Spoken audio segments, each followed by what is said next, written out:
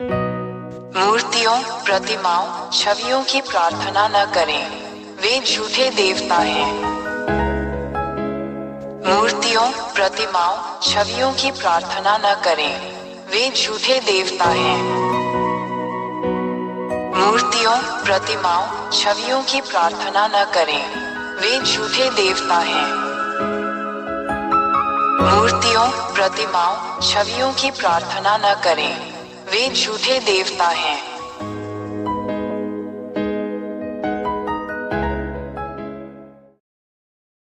एक महान ईश्वर याहवा ने स्वर्ग के स्वर्ग में कई दिव्य प्राणियों का निर्माण किया। उनमें देवदूत भी शामिल हैं। दो ऐसे स्वर्गदूतों के समूह हैं जिन्होंने महान ईश्वर याहवा के विरुद्ध विद्रोह किया। तीन जैसे ही महान ईश्वर ने ये देखा, उसने उन्हें याहवा द्वारा बनाए गए स्वर्ग से बाहर भेजने का निर्णय लिया। चार प्रभु यहोवा ने विद्रोही दूतों को यहाँ तुम्हारे सिरों पर, जिसे मनुष्य स्वर्ग कहते हैं, फेंक दिया है। पांच जब इन विद्रोही स्वर्गदूतों को पृथ्वी पर फेंक दिया गया, क्योंकि पृथ्वी नीचे स्वर्ग में सम्मिलित है, तो उन्होंने मनुष्यों को उस व्यवस्था का विरोध करने के लिए धोखा दिया जो इस महान परमेश्वर यहोवा ने उन्हें दी थी। छह जब मनुष्य उनके शब्दों और धोखे से बहकाए जाते हैं, तो अंततः वे इन विद्रोही स्वर्गदूतों के बुरे निर्देशों का पालन करने के लिए सहमत हो जाते हैं। सात उसके बाद अब तक मनुष्य पापी बन गए। आठ यह मनुष्यों के विरुद्ध इन विद्रोही स्वर्गदूतों के धोखे का परिणाम है। मनुष्य अत्यंत पापी हो गए हैं। नौ जब महान ईश्वर ने देखा कि मनुष्य कानून के विरुद्ध काम कर रहे हैं, तब ईश्वर याहवा ने स्वयं को मनुष्यों से अलग कर लिया और उन्होंने मनुष्यों को आज तक बिना किसी संरक्षक के अकेला छोड़ दिया। 10 यही कारण है कि आज तक मनुष्य अभी भी एक दूसरे को नुकसान पहुंचाते हैं और दुर्व्यवहार करते हैं। इंसानों को इस तरह देखना बहुत दुर्भाग्यपूर्ण है, लेकिन इंसान कुछ नहीं कर पाता। 11 जब विद्रोही स्वर्गदूतों ने ये देखा, तो उन्होंने स्थिति का लाभ उठाया और महान तथा सच्चे ईश्वर याह के स्थान पर स्वयं को ईश्वर घोषित कर दिया। 12 विद्रोही स्वर्गदूतों के पास मूर्तियां थी, उनकी छवि में मनुष्यों द्वारा बनाई गई मूर्तियां, ताकि मनुष्य इन झूठे देवताओं, इन विद्रोही स्वर्गदूतों, गिरे हुए स्वर्गदूतों की महिमा करने के लिए इन मूर्तियों और मूर्तियों की पूजा करें।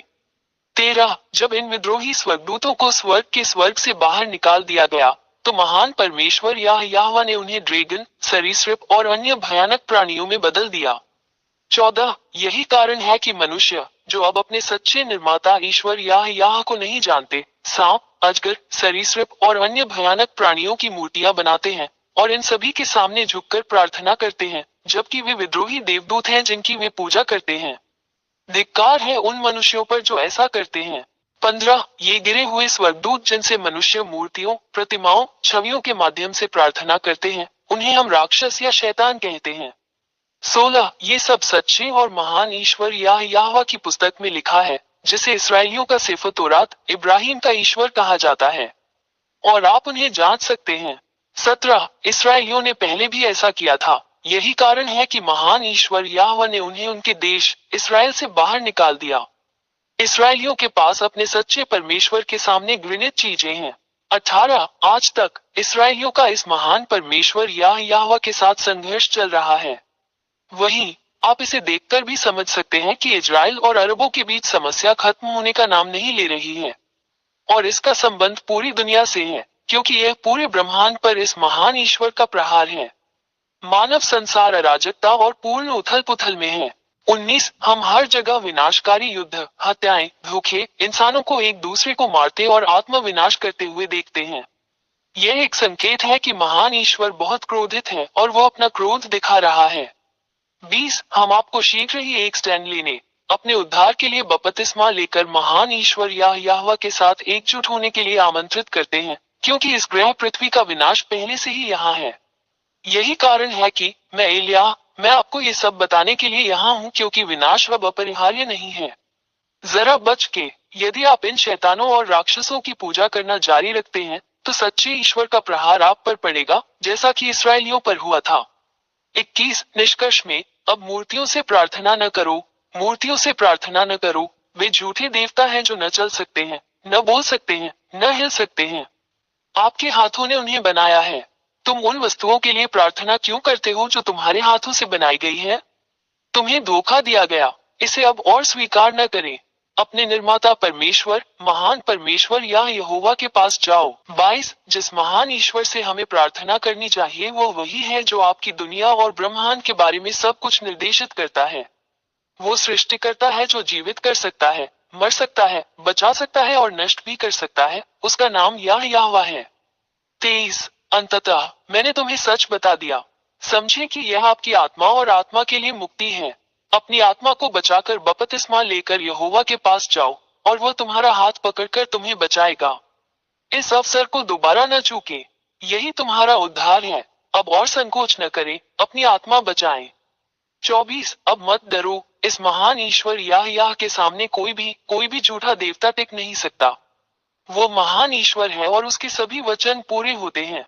इसका प्रतिकार कोई नहीं कर सकता। आप इस धरती पर जो कुछ भी घटित हो रहा है उसकी साक्षी हैं। उन्हीं की बातें सच होती हैं। 25 हमेशा YouTube channel Yehoshua TV India और यहोशुआ वेबसाइट पर दी गई शिक्षा का पालन करें। WhatsApp phone 261328666398। टेलीफोन 8588824671। मूर्तियों, प्रतिमाओं, छवियों की प्रार्थना न करें, वे झूठे देवता हैं।